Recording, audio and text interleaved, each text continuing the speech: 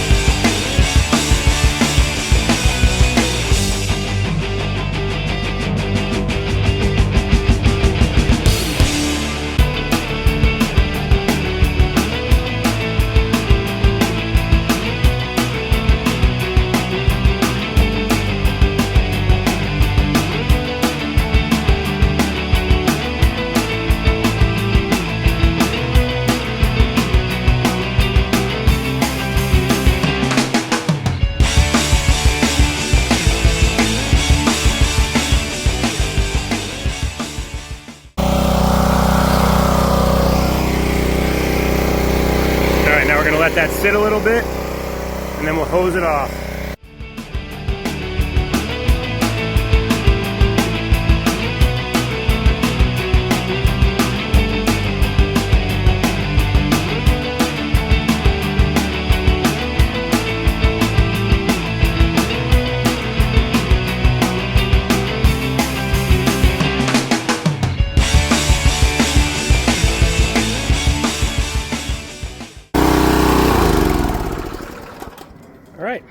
Well, there you have it. Pressure washed. Obviously, I got water everywhere, right? Like, that was intentional. We're going to open the windows up. We'll let it air out for a couple of hours out here in the hot sun. You know, the airbox back here is intact, so I'm going to call it water resistant. Probably got water in it. My guess is there's mice in that airbox anyway, but don't really care. I mean, this thing, like I think I told you guys earlier, is so gross I couldn't touch it. I'm still probably going to have to degrease it just to do anything with it.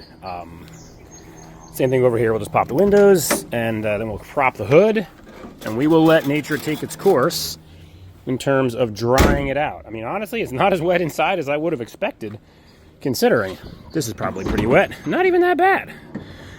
Leave that like that. All right, so there you have it. That's the first wash. Next up, we'll get this baby in the garage, and we'll start kind of taking an assessment. Probably put a battery on it just to see what we get in terms of power, what works, what doesn't. Just an assessment of what we have to do. Let's just establish the basics. We washed it off. We cleaned it up. It's nice and dry now. What I want to do is put a battery in it and see what works. I want to see if it turns over. I want to see if it has spark. I want to see what lights work and what lights don't work. Just to get a handle on where we're at, because my goal, I think, the step one goal for this is going to be to fire this guy up so that we can move it around. It'll be so much easier to work on this if I can move it. This Beetle's in really good shape overall compared to some of the junks I've had in the past, so I'm hoping that if I can get this guy to fire off, that I can drive it around. I can make it more of like a running project where I could work on it while I'm even driving it around. I do usually with the Beetles, the Volkswagens and stuff, even if I plan to move on from them, I usually like to drive them first just because I like driving Beetles. So we're going to put a battery in it. We're going to see what works. I'm not exactly sure what we're going to find when we start doing that, but the only way to know is to start to go. I did try to put this window down. It doesn't work. It goes down about this much and then just stops and won't go down, so that's something we'll have to look at. Other windows work, but I wanted to try to get some of this stuff out. Like, we got to get the rear seat out. Don't know what we're going to find in there. All right, let's try to liberate this seat. Usually, these are attached. This one isn't. It's also, unfortunately, the front seat is on the other side. I can't move it. The little clicker that goes up and down is missing to drop it up and down. So I'm trying to wrestle it out past like a seat belt, and I got window knobs in there too. So it's fighting me a little, but we'll get it. There we go. So that's the rear seat. It's actually in pretty good shape. Put that back here for now. All right, let me get you guys in here, and we'll take a look at what we got together. You know what? Let me put the light on this. All right. So now we got some light. What do we got? We got, well, that's an interesting, interesting take. We've got some foam. Guessing that to prevent it shorting out. Oh, wow, folks. That there battery does not look that old. I think we need to put a charger on that and just see what we get. That looks reasonably new. What's the date on it? 21. It isn't that new, but we'll see what we can get. If we can get a charge on it and it'll take something, that'll be a good start. And while it's charging, we'll be able to kind of fire things up and see what works. So let me get a charger and get that set up real quick. So this thing, when I first plugged it in, was at, obviously it was taking nothing. This needle over here was buried on the 0. Now, you can see it's taking some amps. Is it going to fix this battery for good? Probably not. I mean, this battery is more than likely shot just from being discharged for so long. More than likely it discharged and froze. That happens to a lot of these cars when they sit. They sit out, the battery runs down, they lose charge, they freeze, and once they freeze, it's kind of game over. But if I could just get this to take enough of a charge to at least think about, running lights, doing things, that'd be great. And if nothing else, I've got, what's the charge rate? 10 amps? I've got 10 amps of power to turn the key on and see what works. Something else the other battery wasn't going to grant us. So let's just take a trip over, without tripping over the cords, let's take a trip over and see what we have as far as lights, if anything. I don't know what we'll get. Your guess is as good as mine on this one. And this is less of a will it run and more of a will it catch on fire? Will it smoke? Ooh, the seat's not too bad. All right, so basics. Hazards? No, we got no hazards. Oh, there it goes. Aha, 'twas a dirty switch. So that's now hazarding. Let's go take a quick look at the lights and see what's lit up. So in the front, All right, we've got working blinkers. So that tells me when I go to mess with the blinkers now, I know the lights work. It's the same filament for blinkers as it is for hazards. Let's see what we have in the back. All right, operational lighting, folks, at least from the blinker side. This guy over here is a little dim. Could be a ground, could be a bulb, but operationally, we're good. Now that we've established we have flashers, and again, we're also running on that charger, which I don't know how many amps we're actually going to get out of that thing. Let's try out, got to put the key on to get headlights and whatnot. All right, I did hear the solenoid in the back click for the engine. So down here is the fan. No. This should be lights. Oh, I hear something buzz when I turn the headlights on. That can't be good, right? I do see the headlights on up there, though. High beams, low beams, they both seem to work. But we do have a humming relay up here. More than likely that's related to the low battery voltage, but we'll see. Oh, look at that, a cigarette lighter. You don't see too many of those left in these things. Okay, so we know we have lights. We're not going to have enough to start it. There's no chance that we're going to get that out of that charger. So I am going to take a pause in the video, let things charge a bit, and then we will come back and see if we can get this thing to turn over. Okay, so while we wait for the battery to do whatever it's going to do, we're up to, it's taking 3 amps.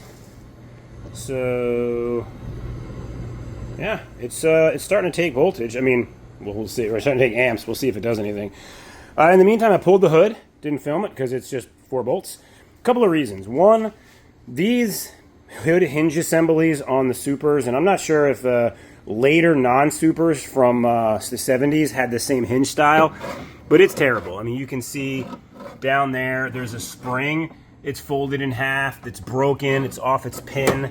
This one over here actually looks like it might be okay and savable because it's not completely broken yet. You can't really buy these things. I mean, maybe somebody repops them. The issue is that the hood's heavy, and people just grab it and yank it down, and it fatigues the bar inside the spring. So instead of the spring and the spring pushing down over the bar bends sideways. And once it does that once or twice, it's over. It's like any metal that you snap.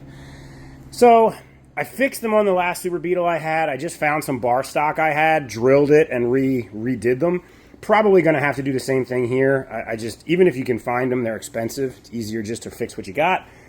But I figured let's start with the basics and see where we're at. I wanted to get in here. There's brake fluid, a nice new container-ish of brake fluid. That's usually indicating that there's a problem with the brakes. But the fluid reservoir actually looks nice and full. I think I mentioned in a previous video, this guy here is part of the emissions control stuff. It goes to the carbon canister. We got a pad of unknown origin, maybe for kneeling on. I don't know. Don't really need it. This here, for the uninitiated, is the washer bottle. This guy here, you actually have your washer fluid. Actually, yeah, it goes in. That's where it's mounted. A couple flavors of these. I don't know which one this is. For the longest time, this here, where the fluid goes in, is also where the pressure would go in. And it runs to a little hose to the spare tire, and it uses the spare tire air to pressurize the system. I don't know if this one still does that or not. Oh, look at that. That is, ooh, there's a lot of mouse poop on that. Let's get this guy outside. It's interesting. That is a aftermarket spare. But what I find interesting about it is that it is not the same aftermarket wheel that is on the cars. Like, you can see the notches on these. These are aftermarket chrome wheels. Also an aftermarket chrome wheel, but a lot more notches. So, doesn't really matter to me. I don't care. I think I've said it a couple times. This car is very complete. I don't see a whole lot of messed with stuff. I mean, there's some weird wires like these guys here. Pretty sure none of this nonsense is stock, and it's going to what I can only assume was some kind of light here. Hood light maybe? Don't know. This relay here, not stock, don't know. This guy here is a washer fluid pump. Now, like I was saying earlier, I don't know if this is a Volkswagen part or not on these cars, but clearly that's been disabled since there's no hoses over here that would actually pull the fluid. Emissions. This here is actually a counter. The bus has one as well. Speedometer goes into it, speedometer comes out of it, but this will actually throw a light for, I believe it's catalyst or EGR, I don't remember. Like, it records miles, there's a reset button on it, and it throws a light on the dash when you reach an interval of miles to, I think it's for the catalyst. Just to, whatever you're supposed to do with it, I'm not even sure. I usually leave them in only because this thing breaks the speedometer cable, there's one in, one out. You can't take it out unless you do something else and you put a brand new speedometer cable in. So I usually just leave them in there, but if you see that, that's what that is. This is, I think I said this in the previous video, I'm a fan. I like the fuel injection. Once you understand it, it's really simple. Starts on the tap of the key, no choke changes for climate and temperature change. I like them, all right? I'll probably get feedback that I'm an idiot, but I think they're good. This one is pretty original looking, and aside from the disabled air bypass for idle, looks pretty good. Something else I'm seeing that looks a little janky. This, I believe, this guy here is probably crank position, although usually that's on the back. I don't know why it would be there. I'll have to see if that was added. I've got a lot of experience with bus fuel injection, not so much with Beetle, especially late Beetle like this, but we'll see. But anyway, fuel injected. Guy said it just stopped running one day. Cranks, couldn't start it. When it was at his house and I looked at it initially, I was able to crank it because he had a battery charger on it, and it cranks over. It does not even try to start. But when I see things like scotch locks on whatever this wire is, and these two heavy-duty wires coming from up front, don't really know why or what. Don't know what's going on inside with the distributor. I mean, this is clearly still points, because this looks like a points wire. I usually convert these to Protronics, electronic ignition. But the biggest thing that makes the fuel injection Beetles die is fuel pressure, like you lost the pump, you lost the pressure regulator, or air leaks. Air leaks kill these things. It doesn't take much of a vacuum leak to turn this thing to a non-runner. There's a lot of crusty hoses on this thing, and these are all original. These fabric cover jobs, that's all original hoses. And I see things like this one's split and has a zipper tie to hold it on. Probably not a good seal, and this goes right into the metered airflow. So when you're working on these fuel injection systems, everything is sort of unmetered on the front side of this and then metered. Any air that goes past this airflow meter is the engine, the ECU knows about. It knows the volume, it knows how much it was, and it's fueling according to that. If you introduce more air somewhere downstream of this, you lean the mixture out tremendously because now it's got air it doesn't know about, and it just won't run, especially it won't start. So you really have to be intentional about vacuum leaks. On the buses, it's this boot almost always fractures, and it doesn't look like this. It's much bigger, and it's very hard to see. But that's a fairly typical failure point for them. This one, I'm not sure. We'll have to see. I mean, like I said, I see all kinds of weird hoses and wires or hoses hooked up to this thing. I don't exactly know which is which in terms of where those leaks could be. So we'll see. But yeah, that's it. All right, first step to will it run is, will it have gas? I have kind of opened the tank over here and given it a sniff test. I don't think there's any gas in this thing. I mean, that has the sound of empty to it. I have opened the door, and one of the things I was checking was like, hey, is this an aftermarket gas cap? Because it looks kind of interesting. But you can see it. Well, it says made in Germany. Doesn't smell like varnish, but I sent a stick down in here just to see if there was any gas in it, and I got nothing. Over on the gauge, and it's hard to tell with the gauges because I don't think the gauges are working, any of them, because when you turn on a key in a Volkswagen, I should get an oil pressure light over here that lights up red and a generator light. Oop, can't see. Oil pressure light over here and a generator light over here that light up. Tell me it's on, the oil pressure light, and they both should go out when you start it. And then obviously the little gas gauge should sweep. Gas gauge isn't sweeping, and there's no gauges. I don't think there's gas in it. which is going to make will it run kind of tough, right? So the first thing we're going to do is we're going to throw 2.5 gallons of gas or so in it. It's really hard to tell on these things what you got in terms of, leaks and whatnot. Like, I guess there's a chance that the gas is just going to run right out the bottom. This thing's not really rusty enough that I'm that worried about that. But we are going to put in, as the first step to will it run, and how do we get it to run, we're going to put some gas in it. But now we'll know we have fresh gas in it, so if it's not running, it won't be because of fuel. So I'm just going to put enough of this in so that I feel good about it. I do hear it contacting other gas in there, but I don't think it was dead empty. But it now, if nothing else, it's been freshened with fresh gas. So with that done, where is the little cover here? All right. So I don't think that's gonna have moved the needle on whether or not we have gas gauge action. But at least now I can be certain that if I get the fuel pump to run, we're not going to suck a bunch of air. Because that is going to be step one, is does the fuel pump run when we open the flapper? And I will show everyone what that means. But let's just start turning the key on and see if now that we put gas in it, we get a sweep on the gauge. Nada. They're dry. I think we've got a problem with power to the gauge cluster. That's why we're not seeing lights or anything else. Maybe fuses. Where's the fuses in this guy? All the way down here. There's the fuses. So let me get the light. Let's just make sure fuses are good. I'll be right back. Let me grab the light real quick. Okay, now we got a light. Let's see if anything obvious is wrong down here. Well, I can tell you right away, that blue fuse doesn't look so good. Oh, nope, it's okay. It just was turned around. These don't actually look corroded either. Sometimes these fuse blocks get really gross and corroded.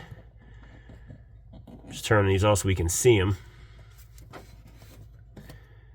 All right, I don't see any broken fuses. Giving everything a wiggle just to make sure we have some kind of connection.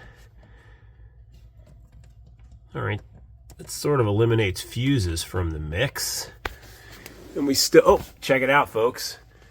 Wiggle the fuses, all of a sudden we got lights. Don't have an oil pressure light. Oh, and we got a fuel gauge. Aha. So, fuses. Volkswagens are kind of famous for that. Those fuse panels are exposed to the moisture and everything in the car. You end up with corrosion on the terminals sometimes. It was a long shot, but let me turn the light off. It paid off because now we've got two lights. We've got an EGR light over here, which is annoying. I think, so earlier, you can see the fuel gauge move too. Earlier in this video, I mentioned that speedo cable goes to that EGR box, and it kind of clocks mileage. So that clearly is triggered. We're going to disable that. The generator light is on, which is fine. That should be. The oil pressure light is not. Now, the oil pressure light is grounded out by a wire back here. And in fact, that wire is right there. I don't know if you guys can see it. It's this wire right here. So this guy here is what should make that gauge light up. Now, if this oil pressure sender looks absolutely terrible, it may not be doing its job anymore. Essentially, when the engine's off and there's no pressure, that's a closed circuit, and it connects the ground wire directly to the engine block and grounds it, which turns the light on. When the engine starts, the oil pressure switch opens and turns the light off. So that pressure switch looks horrendous. Probably no good. I just changed see, we still don't have the light. Now, if I take that wire and ground it to something, anything really, if I just find a way to stick it on something that has a ground circuit to it. Oh man, this is really crispy. Oof, there we go. Now we're just back to the regular old wire, if I stick it on there, it's grounded now, did the light come on? And in fact, it did. So we know two things. One, we know that our wiring is 100% solid, which is great. We also know that that oil pressure gauge is completely gacked. And, you know, that's not a big deal. I think they're like a whopping $7 or something like that. They are not expensive. But it's interesting to know that that failed because the oil pressure, that motor was covered in oil. Maybe that's spraying. I got crap all over my fingers just touching the wire. But anyway, so now what we've done, let me turn the light off again. We have the fuel gauge has swept up. We're almost out of the reserve, so we've got at least 2 gallons in there. The generator light's on, and we know the oil light works. So all of this is good. Now, I'll turn the key, and we'll pretend that putting gas in it solved the problems that it has. And it's not even trying. Okay, so, again, there was like a less than 5% chance that was going to do anything. But now I know. So the next step is going to be where do we go from here? So the next thing we got to verify with a motor like this, fuel injected, is do we have fuel pressure? Is the high pressure fuel pump work?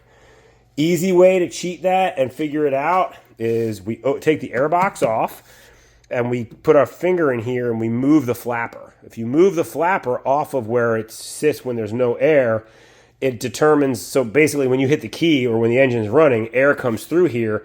It opens the flapper just a bit, even at idle, or when it's trying to run, and there's a switch in there that turns on the fuel pump. That's the first thing we're going to check, is we're going to take this air box off, we're going to stick our finger or a screwdriver in there, we're going to open the flap, and we're going to listen for the fuel pump. All right, this front part should be as simple as this element here, freeing it off so we can get the air filter, the air cleaner element out. Not usually crazy hard to do. Oh yeah, we got one back here. All right, there's the cover. Put that over here. Air filter element. I mean, it's gross, but it's not why it's not running. And then we got to pull the air box off because I don't think I can get anything in here to do the job. Actually, looking at this, it might be easier just to pull the whole air meter off and get into it that way. That's going to be can you guys see what I'm doing? Yeah, it's going to be a Phillips head here. Now, obviously, when I take all this apart, it isn't going to run, but we're only trying to figure out if we have fuel pressure or not. As a off. What else we got here? Okay, just another hose. So here's our air box. There's our flapper valve. Let me put this nut combination back here so that we know when we got to put this back together. This is very complete. I don't know if I've ever taken apart a Beetle that's this complete before. Got some oddly duct tape connections here. I guess we'll be okay with that. This is the wire that goes with that air fuel meter. Now, one of the things you can do to kind of mess with these, this one's in the bus orientation, this is up. In this orientation for the Beetle, it's down. But if you pop this cover off, and they're glued on, someone's been in this one, you can make modifications to the air-fuel ratio in here by adjusting the sweep of some of the wipers in here. This thing is so unmolested, I'm not taking that off unless I absolutely have to. Like, what I'm going to be doing is, you can see in here, there's a little flapper door. We're just going to push it. That is all this whole system is based off of, is that flapper door moving back and forth. So we are going to plug this back in. I am going to go turn on the key, and we are going to push that and see if we have any sort of fuel pressure.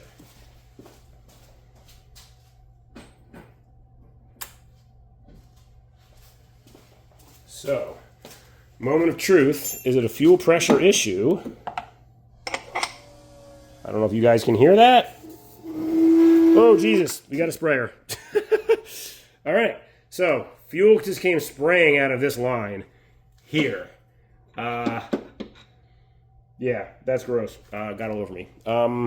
Interesting to know. I'll see if I can move. Maybe you guys can get a better look at it. Comes out right here. Woo, wow, it's a runner. It just goes right down. Okay, so good news, fuel pump works. Bad news, fuel hose is completely split and spraying fuel everywhere. We got to fix that. There's obviously never going to run like that. So let's figure out what that's going to take. It's just a piece of, wow, it's like original line. No, it can't be original because it's got clamps on it. Volkswagen was pretty famous for not clamping stuff, although this is fuel injected. There's a lot of stuff going on right here. Yeah, that's just, I can see the hole in it. It's just a corroded line.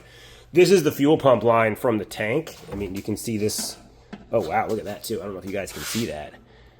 This is, I don't want to say it's worn through, but hot damn, that's close to worn through from the air cleaner rubbing against that. We'll have to keep an eye on that. Might change that. That's awful thin. But yeah, we got to pull that fuel line off. Not this or this. It is this. This right here is leaking like a sieve. And that's the feed line for the cold start injector, which is not optional on these motors. The cold start injector absolutely has to work.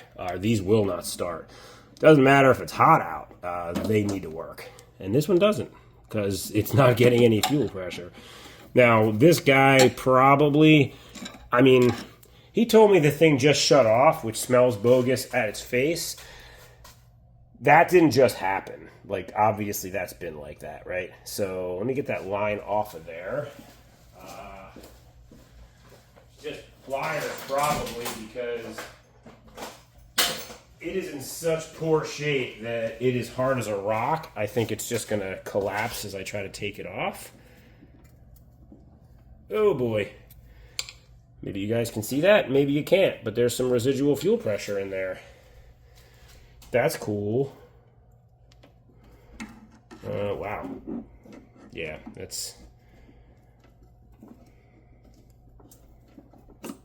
Okay, so that's that end of it. There's the other end of it. The offending article. Geez, I don't know why it failed. It's in such good shape. Let me go find another piece of hose. I'll be right back. Okay. So this is going to be fiddly, just because of where this is. I'm sure there's somebody who's probably like, you need to take the cold start valve off to do this. Probably, maybe, I don't know. We're just going to get it in there. I mean, other hoses on this are, I don't want to say as bad, but we've got other suspect hoses in this whole assembly that need to be addressed.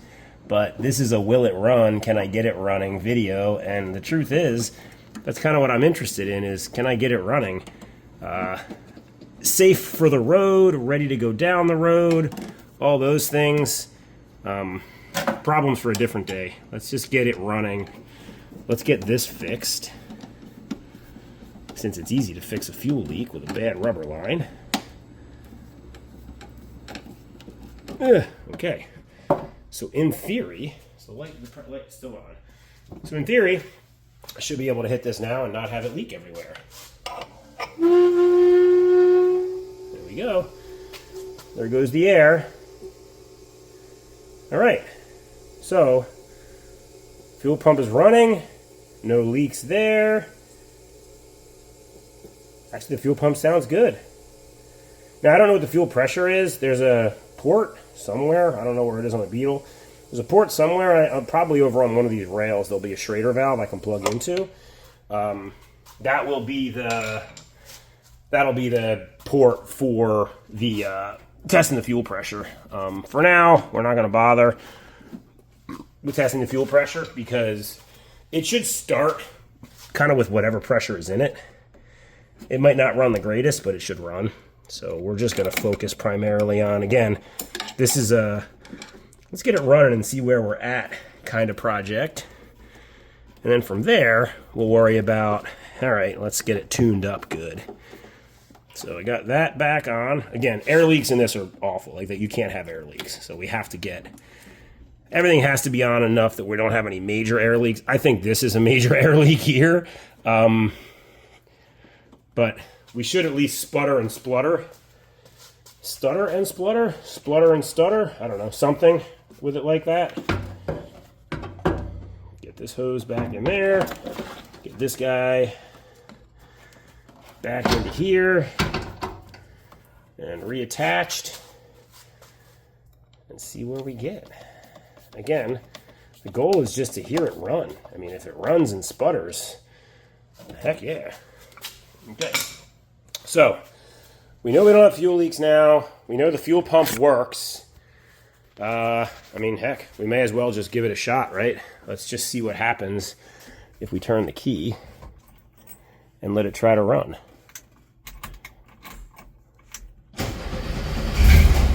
Oh man, guys. Well, there you go. Will it run? Yes, it will. I had no idea it was going to be that easy. Wow. One janky line. Right here. This is why this guy sold the car cheap. Let me, we're not charging. Let me shut it off. Yeah. All right. So one of the least exciting will it runs on the planet. I'm almost hesitant to even post a video. It couldn't have been easier. This Beetle was $2,000, which, if you follow the market, is pretty inexpensive for a convertible Beetle that's as complete as this, with the upgrades it has on the front end and the completeness of it, and the fact that only one rocker is rotted out here. He got rid of it because he said it didn't run, he can't make it run, he can't figure it out. I literally, you guys just watched, I changed a hose on the fuel injection system and it fired up and frankly sounded great. We haven't revved it up, we haven't done anything. I don't want to do any of that until I change the oil. I want to make sure that it's safe to run for a long time. I did check the oil before we did this. Probably should have showed you guys just to make sure it had oil in it. It's disgusting, but it's in there. So I wasn't too worried about it. But yeah, I don't want to run it for a long time. I kind of wanted to do a will it run video, and I'm like, oh, I'll have to go through the whole fuel injection system and show people how it all works and troubleshoot it. One hose. One stupid hose for the cold start valve that was leaking down. So yeah, I mean, that's it for this video of the Beetle.